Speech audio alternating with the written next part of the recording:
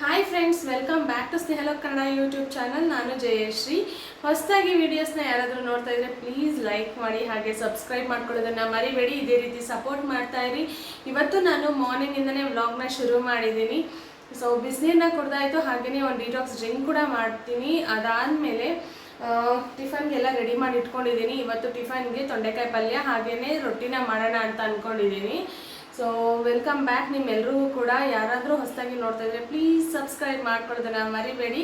ಇವತ್ತು ಮಕ್ಕಳಿಂದ ಮಲಗಿದ್ದಾರೆ, ಅವ್ರಿಗೂ ಕೂಡ ಹಾಲು ಬಿಸಿ ಮಾಡೋದಕ್ಕೆ ಇಟ್ಟಿದ್ದೀನಿ.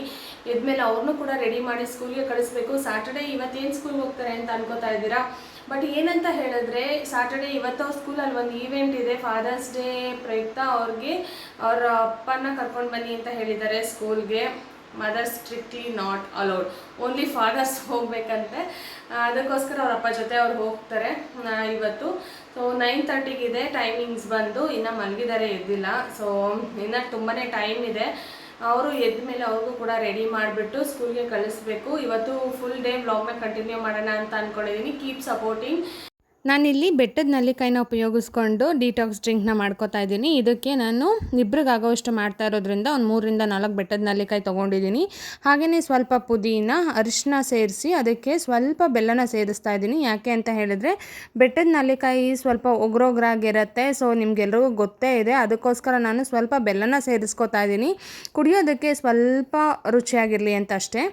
ಬೆಳಗಿನ ತಿಂಡಿಗೆ ನಾನಿಲ್ಲಿ ತೊಂಡೆಕಾಯಿ ಪಲ್ಯ ಹಾಗೆಯೇ ಅಕ್ಕಿ ರೊಟ್ಟಿನ ಮಾಡಬೇಕು ಅಂತ ಅಂದ್ಕೊಂಡಿದ್ದೀನಿ. ಅದಕ್ಕೋಸ್ಕರ ತೊಂಡೆಕಾಯಿನ ಫಸ್ಟು ನೀಟಾಗಿ ತೊಳ್ಕೊಂಡು ಉದ್ದುದ್ದವಾಗಿ ಕಟ್ ಮಾಡಿಕೊಂಡು ನಂತರ ಉಪ್ಪನ್ನು ಸೇರಿಸಿ ಚೆನ್ನಾಗಿ ಕಲಸಿ ನೀಟಾಗಿ ತೊಳ್ಕೊಬೇಕು 2-3 ಸಲ. ಇದರಿಂದ ಲೋಳೆ ಅಂಶ ಕಡಿಮೆ ಆಗುತ್ತೆ.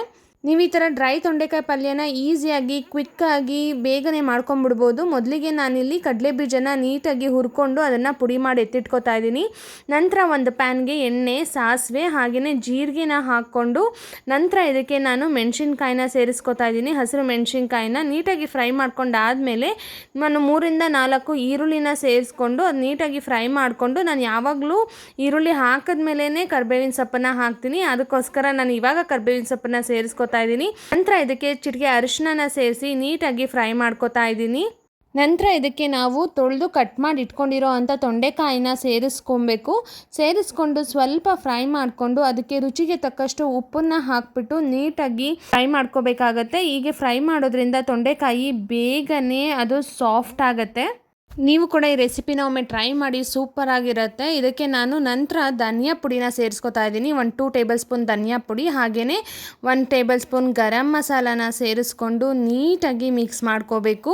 ಅದನ್ನು ನೀಟಾಗಿ ಮಸಾಲೆ ಎಲ್ಲ ಮಿಕ್ಸ್ ಆಗಿ ಚೆನ್ನಾಗಿ ಅದಕ್ಕೆ ಹೊಂದ್ಕೊಳ್ಳೋವರೆಗೂ ನಾವು ಹುರ್ಕೋಬೇಕಾಗತ್ತೆ. ಸೊ ಅದಾದಮೇಲೆ ನಾನು ಲಾಸ್ಟಲ್ಲಿ ನಾವೇನು ಕಡಲೆ ಬೀಜನ ಹುರಿದಿಟ್ಕೊಂಡಿದ್ವಲ್ವ ಅದನ್ನು ಸೇರಿಸ್ಕೊತಾ ಇದ್ದೀನಿ. ಹಾಗೆ ಕೊತ್ತಂಬರಿನ ಕೂಡ ಸೇರಿಸ್ಕೊತಾ ಇದ್ದೀನಿ. ಹೀಗೆ ನೀಟಾಗಿ ಮಿಕ್ಸ್ ಮಾಡಿಕೊಂಡು 1 ನಿಮಿಷ ಇದನ್ನು ಮುಚ್ಚಳವನ್ನು ಮುಚ್ಚಿ ಸ್ವಲ್ಪ ಬೇಯಿಸ್ಕೊಂಡ್ರೆ ಡ್ರೈ ಆಗಿ ಕ್ರಿಸ್ಪಿಯಾಗಿ ತುಂಬಾ ಚೆನ್ನಾಗಿರೋ ಅಂಥ ತೊಂಡೆಕಾಯಿ ಪಲ್ಯ. ಇದು ಚಪಾತಿ ಜೊತೆಗೆ ರೊಟ್ಟಿ ಜೊತೆಗೆ ಸೂಪರಾಗಿರುತ್ತೆ. ಏನಿದು ರೊಟ್ಟಿನ ಹೀಗೆ ಮಾಡಿದ್ದಾರೆ ಅಂತ ನೋಡ್ತಾ ಇದ್ದೀರಾ, ಇದು ಮಕ್ಳಿಗೋಸ್ಕರ ಅಂತ ಮಾಡಿರೋದು. ಅವ್ರಿಗೆ ಯಾವಾಗಲೂ ಈ ಥರ ಶೇಪ್ಸಲ್ಲೇ ಮಾಡಿಕೊಟ್ರೆ ತುಂಬ ಇಷ್ಟಪಟ್ಟು ತಿಂತಾರೆ. ಅದಕ್ಕೋಸ್ಕರ ನಾನು ಈ ಥರ ಮಾಡಿಕೊಡ್ತಾ ಇದ್ದೀನಿ.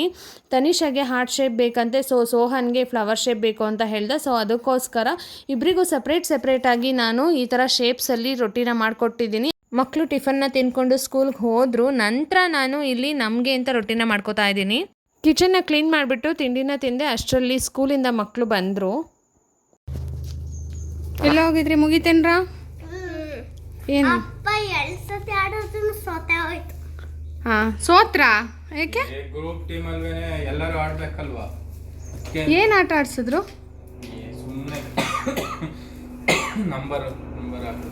ಏನು ಆ್ಯಕ್ಟಿವಿಟಿ ಮಾಡಿಸಿದ್ರು? ಡ್ರಾಯಿಂಗ್ ಫಸ್ಟು ಡ್ರಾಯಿಂಗ್ ಮಾಡ್ದಾ? ಏನಿದು? ಡ್ರಾಯಿಂಗ್ ಮಾಡ್ತೀವಿ. Writing pad, volcano, Mount Everest. Nice. ಇದು ಕಲರ್ಸ್ ಎಲ್ಲ ತೊಗೊಂಡೋಗಿದ್ರಾ? ಮುಗೀತಾ ಫಾದರ್ಸ್ ಡೇ ಆ್ಯಕ್ಟಿವಿಟಿ ಸ್ಕೂಲಲ್ಲಿ? ನೈಸು. ಹೆಂಗೆ ಮಾಡಿದ್ದೀನಿ ನೋಡೋಣ. ಚೆನ್ನಾಗಿದೆ. ಅಲ್ಲಿ ಬರ್ದಿದ್ರ ಅವರು ಎಕ್ಸಾಂಪಲ್ ಹೀಗೆ ಮಾಡಬೇಕು ಅಂತ? ಎಕ್ಸಾಂಪಲ್ ಏನಿಲ್ಲ, ನೋಡು ಇಲ್ಲಿ ಬರ್ದಿದ್ರಲ್ಲ ಇಲ್ಲಿ ಏನಿದು ವಾಲ್ಕೇನೋ ಆ್ಯಂಡ್ ಮೌಂಟ್ ಪ್ರೆಸ್ ಅಂತ ಅದನ್ನು ಅದೇ ಕ್ವಿಕ್ ಆಗೋದಲ್ವ ಜ್ವಾಲಾಮುಖಿ ಅಲ್ವ ವಾಲ್ಕೇನ್ ಅಂದರೆ ಹಾಂ ಅಲ್ಲಿತ್ತು ನಾನು ಹಂಗೆ ಇದು ಮಾಡ್ಬಿಟ್ಟು ಬರ್ದೆ. ಚೆನ್ನಾಗಿದೆ ಚಿನ್ನಿ ಪೇಂಟ್ ಹಚ್ಕೊಂಡ ನೋಡೆ ಮುಖಕ್ಕೆಲ್ಲ ಮಾಡ್ಕೊಂಡಿದ್ಯಾ?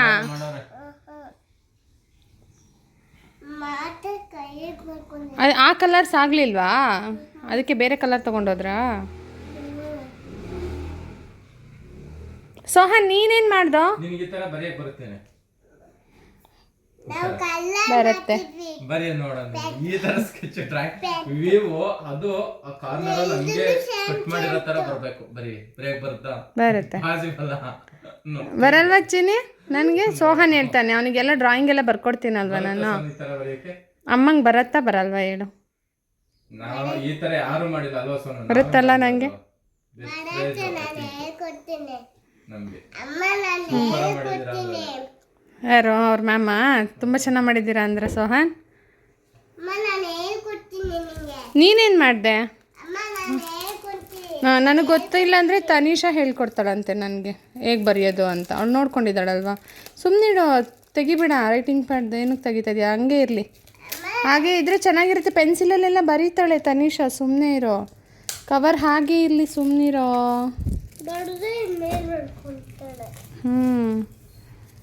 ಎಂಜಾಯ್ ಮಾಡಿದ್ರಾ? ಫುಲ್ ಎಂಜಾಯ್ ಮಾಡ್ಕೊಂಡು ಬಂದ್ರಾ? ಆ್ಯಕ್ಟಿವಿಟಿ ಗೇಮ್ ಏನು ಆಡ್ಸಿದ್ರು?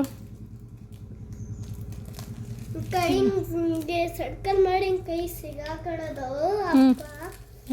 ಆಮೇಲೆ ಬಿಡ್ಸೋದು. ಬಿಡಿಸಿದ್ರಾ?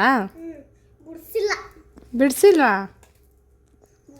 ಒಂದ್ಸತಿ ಬಿಡ್ಸೋದು ಮಾತ್ರ ನೋಡ್ಕೋಬೇಕಂತ, ಇನ್ನೊಂದ್ಸತಿ ಬಿಡ್ಸೋಣ ಅಂತ ಔಟ್ ಆಗೋಯ್ತು. ಹಂಗಾರೆ ಸೋತಿದ್ದೀರಾ ಗೇಮ್ಸಲ್ಲಿ?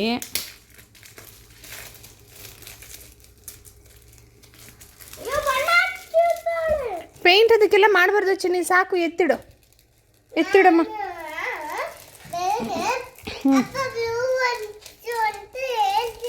ಬಟ್ಟೆಗೆಲ್ಲ ಮಾಡ್ಕೊಂಡು ಬಂದಿದ್ಯಾ? ಹೋಗುತ್ತಾ ಅದು?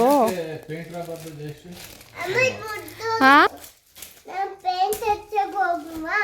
ನಾವು ಆಗ ಮುದ್ದೆ ಹೋಯ್ತು. ಹೋಗ್ಲಿ ಬಿಡು.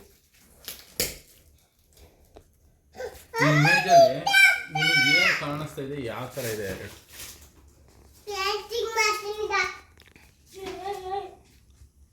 ಚೆನ್ನಾಗಿದೆ. ವಾಲ್ಕೇನೋ ಅದೇ ಜ್ವಾಲಾಮುಖಿ ತಾನೇ? ಕಣೆ ಜ್ವಾಲಾಮುಖಿ. ಇಲ್ಲಿ ನೋಡಿಲ್ಲಿ ಬಾಯಲ್ಲಿ ಇದ್ರ ನಾನು ಹೊರಗಡೆನೂ ಕಲರ್ ಚೇಂಜು ಇದು ಮಾಡು, ಆಮೇಲೆ ಇದು ಎಂಡ್ ಆದ್ಮೇಲೆ ಇಲ್ಲೂ ಕಲರ್ ಚೇಂಜು, ಇವೆಲ್ಲ ಸಮ್ ಚೇಂಜಸ್ ಮಾಡಿ ಬರ್ದಿದ್ದೀನಿ ನಾನು. ಕ್ರಿಯೇಟಿವಿಟಿ. ಹಿಂಗೆ ಹಾಂ, ಚೆನ್ನಾಗಿದೆ. ಸೂಪರ್. ತನಿಷಾ ಹಿಂಗೆ ಒಸಿ ಕೀಟ್ಲ ಮಾಡಿಲ್ಲ ಕಣೆ, ಇಲ್ಲ ಅಂತಿದ್ರೆ ಚೆನ್ನಾಗಿ ಬರುತ್ತಿದೆ. ಟೈಮ್ ಲಾಸ್ಟಿಗೆ ಇಸ್ಕೊಬಿಟ್ರು, ಟೈಮ್ ಇನ್ನೂ ಇದಾಗಿದೆ ಕುಡಿ ಅಂತ. ಹೋಗ್ಲಿ ಬಿಡಿ. ಡ್ರಾಯಿಂಗ್ ಇರಲಿ, ಗೇಮ್ಸಲ್ಲಿ ವಿನ್ ಆಗಬೇಕಾಗಿತ್ತು. ಯಾಕೆ ಗೇಮ್ಸಲ್ಲಿ ಬಿಡ್ತಾರೆ, ಒಬ್ಬಾಡಿದ್ರೆ ಒಬ್ಬ ಆಡಲ್ಲ ಚೆನ್ನಾಗಿ, ಏನೇ ಮಾಡ್ತೀವಿ? ಗ್ರೂಪಾ? Group activities. ಆ ನಂಬರ್ ಜೋಡ್ಸೋದು ಕೊಟ್ಟವ್ರೆ, ಇವನು ಅವ್ನು ಇಟ್ಕೊಂಡು 10 ಮರ ಹೊಡೈತೆ, ನೀವು ಇಟ್ಕೊಂಡು 20 ಮರ ಹೊಡೈತೆ. ಬೇಜಾರಾಯ್ತು.